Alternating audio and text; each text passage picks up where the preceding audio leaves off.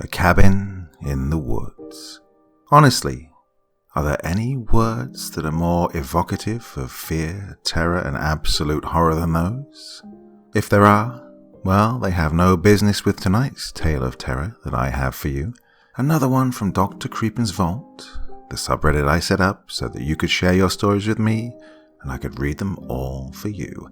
And this one is absolutely fantastic. I'm sure you're going to agree as soon as you finish listening to it.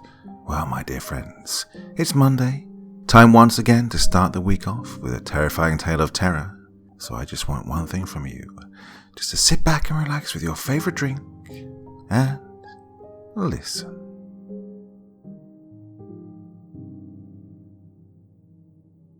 Her luck had officially run out when she felt her leg connect with a tall root arching out of the ground at shin height.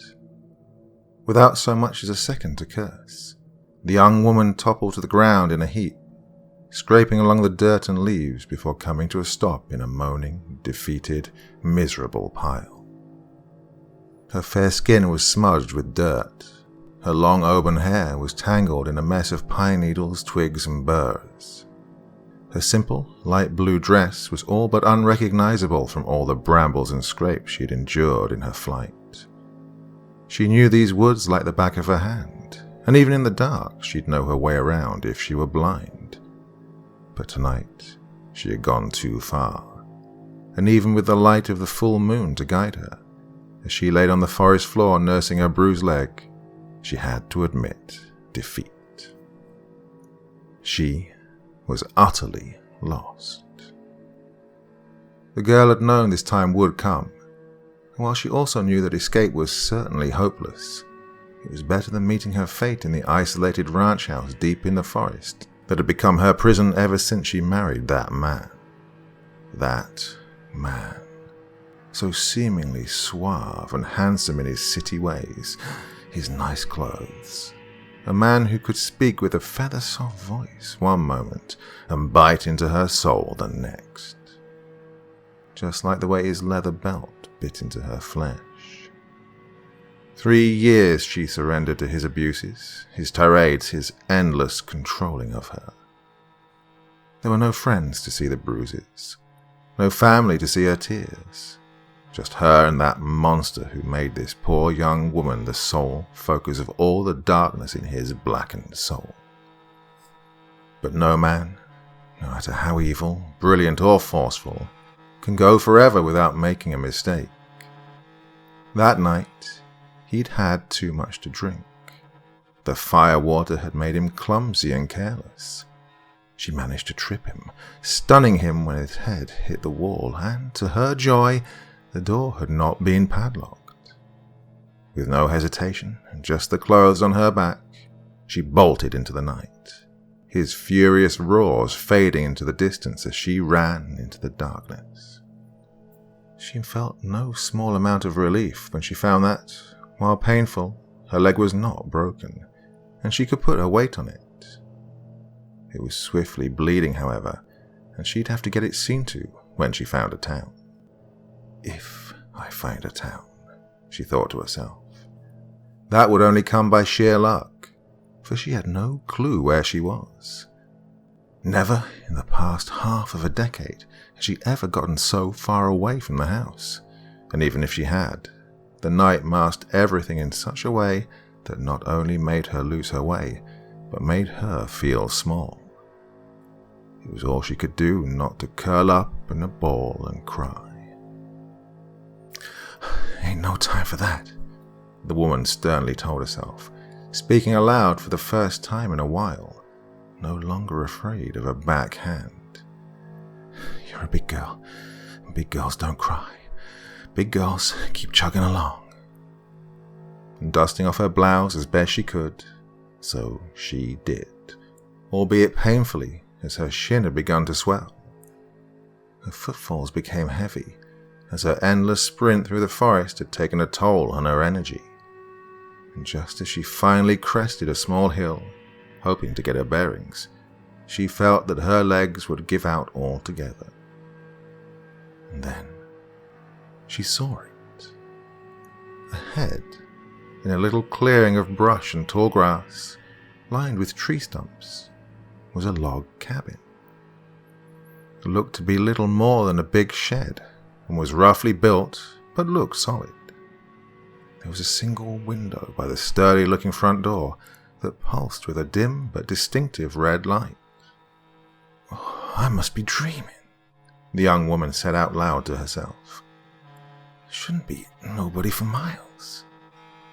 Then, as she blinked to clear her vision, as if something in her eye could be playing tricks on her, she saw a shadow move past the window. Someone was home. Something must have come over her, for, exhausted as she was, the woman began to stumble towards the little house, tears running down her face and stuttering incoherently as loud as she could. Reaching the door, she fell against the indeed solid planks and iron hinges, pounding with her fist with all her waning strength. "Somebody in there? Please, help me, please. Somebody, anybody." The door flew open without so much as a squeak of a rusty hinge, startling the girl into losing her balance.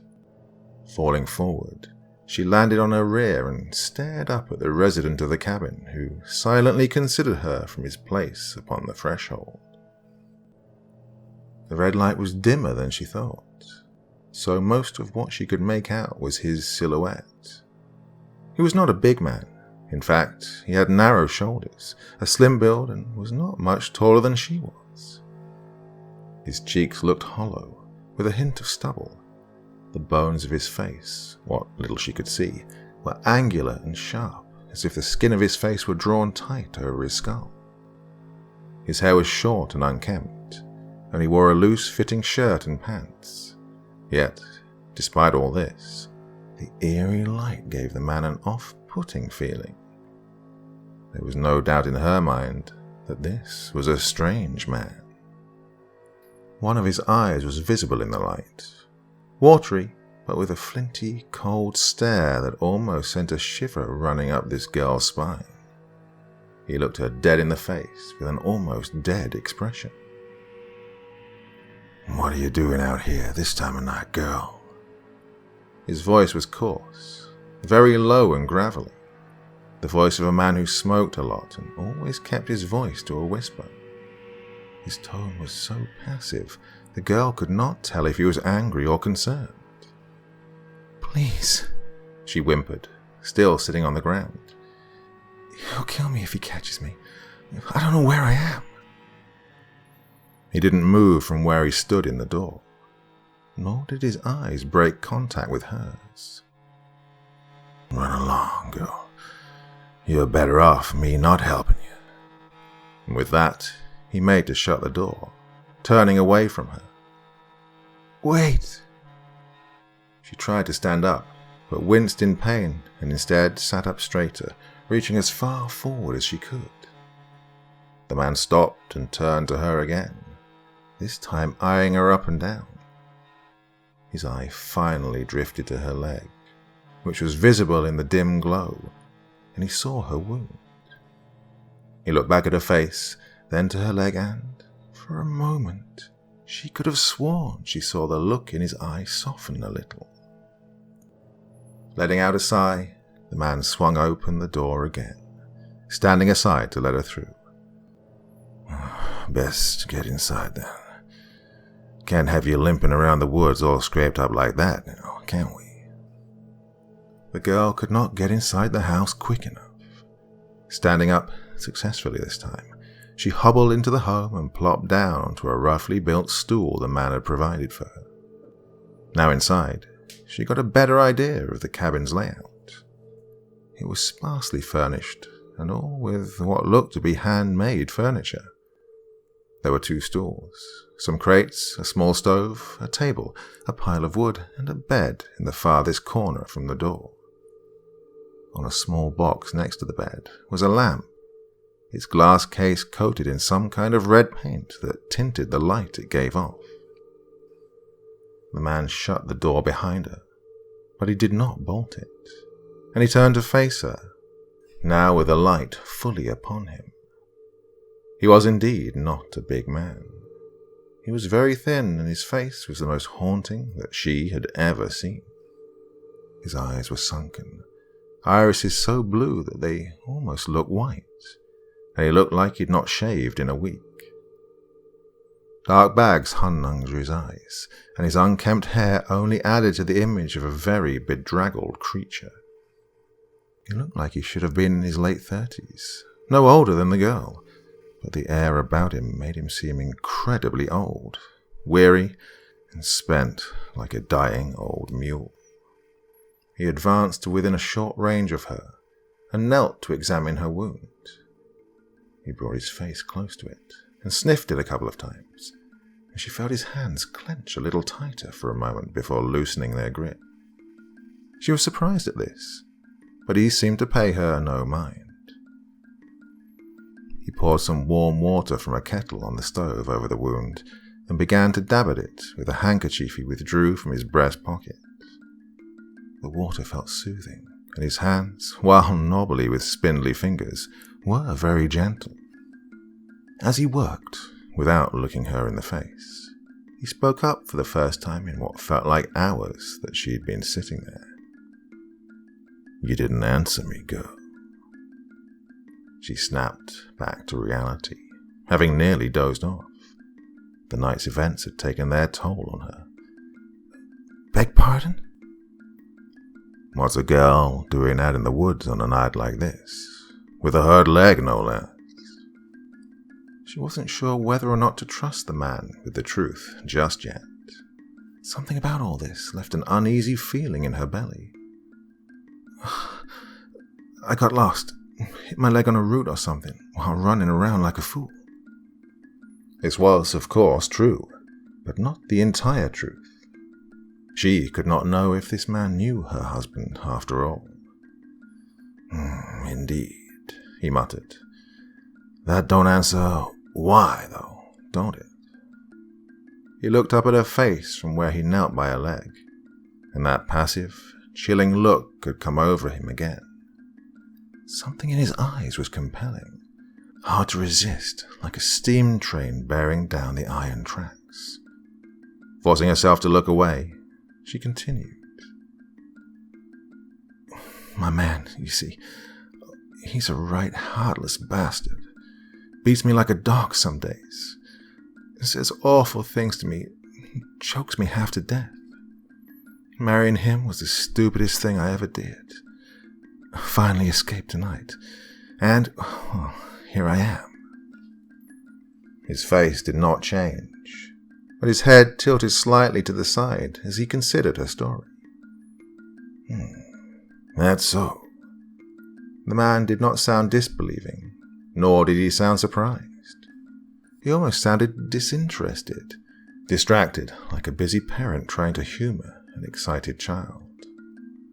He tied the handkerchief around her leg, not too tightly, and stood up. His stance was slightly stooped, in a way that made him look incredibly tired, and yet, as he stood over her, she felt dwarfed by him. "Well, it'd be a shame if he caught you out there, then. Sounds like you're quite the lucky little lady." With that, he turned and went over to the stove, casting a shadow over the girl. Her eye glanced over to the door.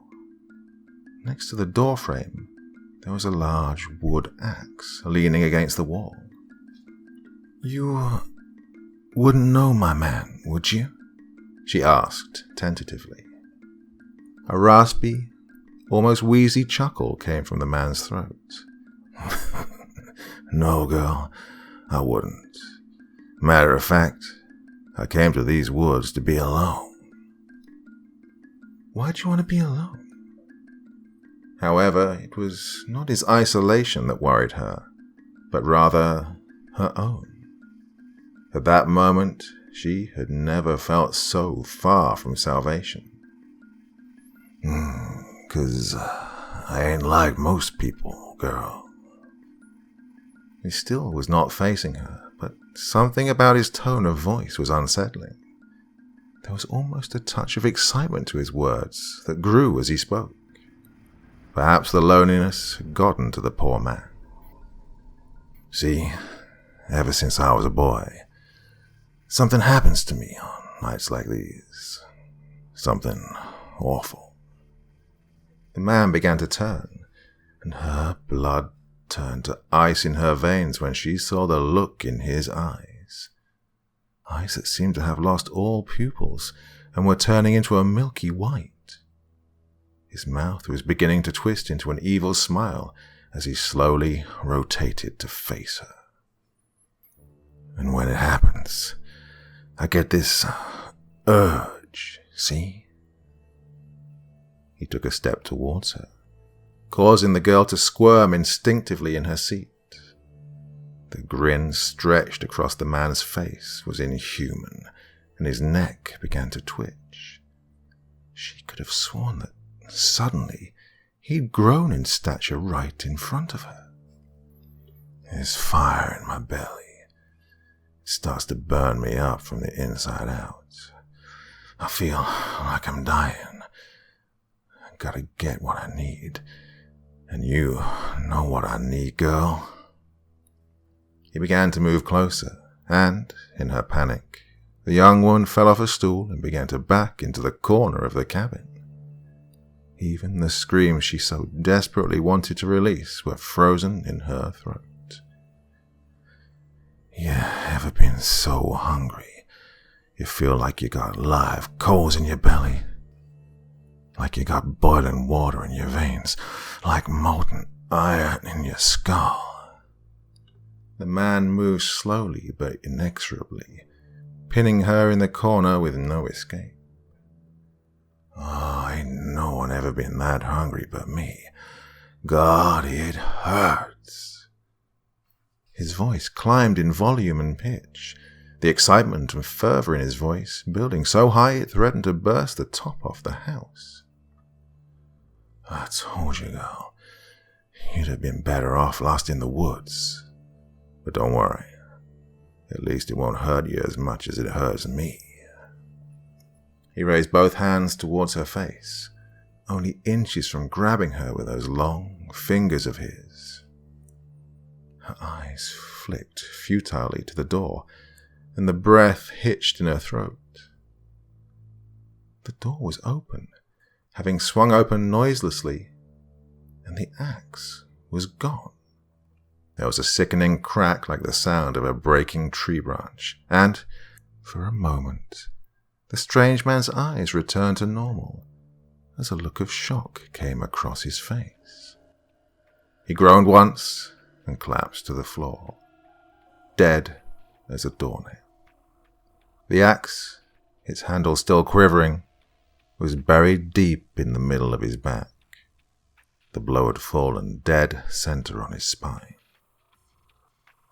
The momentary warmth of relief froze as cold as ice when she looked up, and dread robbed her of any words of thanks when she saw the face of her savior.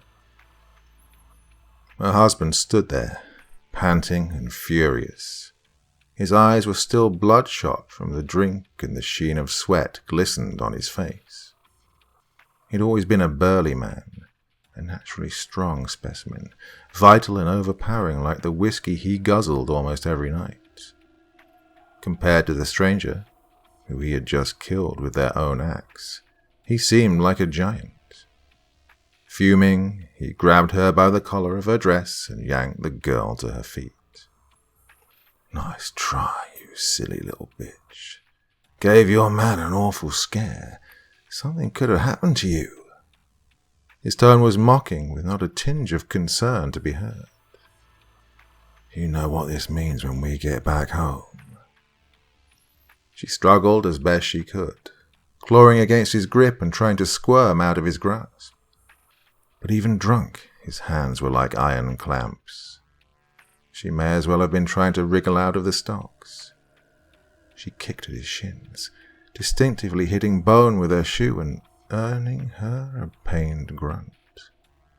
He released one of his hands and delivered a backhand to her face that blasted stars across her vision, knocking her to the floor all the way to the other end of the room. She tried to sit up and shield her eyes, but the room seemed to swim. He towered over her like a tree, She might as well have been resisting a mountain. In her despair, the girl could have sworn she saw something move in the corner behind her husband. He leaned down to grab her again, and she shut her eyes, bracing herself for the pain of another attack. "You know what's worse than feeling hungry?" said a raspy voice. She opened her eyes again, and the husband froze in place. The stranger's hand twitched, then clenched, placing its palm on the floor and pushing upwards with a sound of splintering bone. He arched his back and got to his feet, the axe falling out of his spine with a squelch. The eyes were now almost glowingly white, and a scowl covered the man's face, revealing a set of sharp teeth. In the red light, the girl must have misjudged the man's height. Now he stood a head taller than her husband. His limbs seemed longer than she remembered. His arms and legs and now small body made him look like a huge, crooked bipedal spider. "Making me angry." Before the girl's vile spouse could react, the stranger grabbed him by the neck with both hands, lifting the spluttering, choking abuser as if he were made of straw. Those limbs, spindly and thin as they were, must have been hopelessly strong. He struggled against the stranger's grasp like a fish on a hook, the life rapidly being choked out of him as he kicked against thin air. As the husband squirmed and writhed with what strength he had left, the creature looked down at the girl whose head had now cleared, and only sat on the floor watching in sheer terror, the shock having robbed her of words or flight. The scowl turned into a small smile as he regarded her. "Best be running along, girl." It looked back at her husband, whose eyes were bulging in their sockets as his windpipe was being crushed, and a distinct crunching noise could be heard as those long fingers drew even tighter. "For I finish the main course." Releasing his grip with one hand, the creature brought back his arm and plunged his open, free hand into the husband's chest with a sound like a hammer hitting a watermelon, crushing bone and sloshing past flesh and muscle as he felt around the man's ribcage. The husband gave one last twitch and then hung limp, his wet laundry left out to dry. As the girl got up and made to leave, just before she left that cabin for good, she saw the creature retract its arm and withdraw with it her husband's steaming, sopping, wet heart. As she sprinted away in the night, never to see her husband or that strange man, that creature, ever again.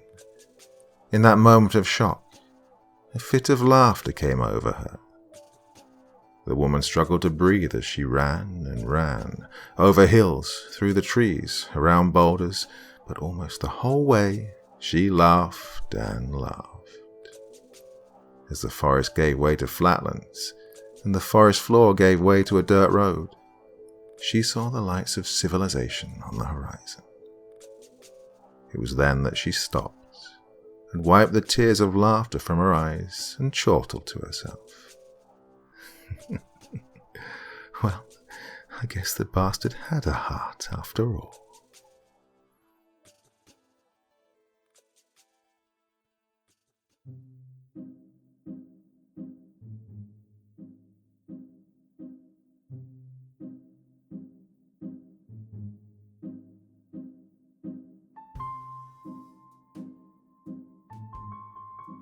So a brilliant story right there.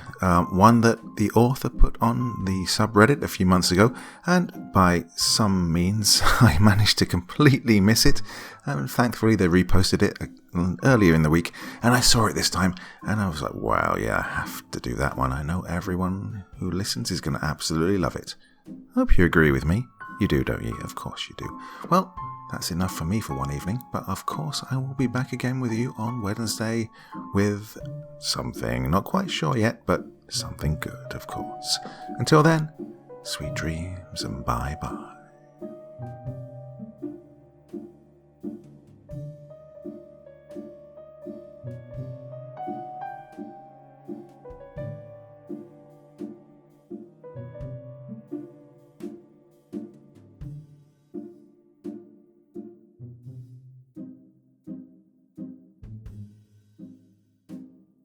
Thank you so much for choosing to spend your time listening to me. Now, if you enjoyed the Dr. Creepen experience, then come find me on Facebook. Come chat with me on Twitter.